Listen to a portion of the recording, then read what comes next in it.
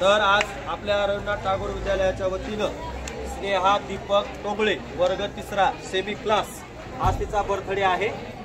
तिचा आपण या ठिकाणी आपल्या शाळेच्या वतीनं पुस्तक देऊन गिफ्ट देऊन सत्कार करत आहोत।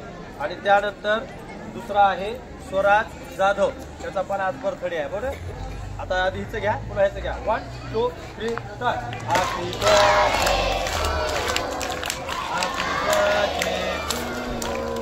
Happy birthday, Sneha.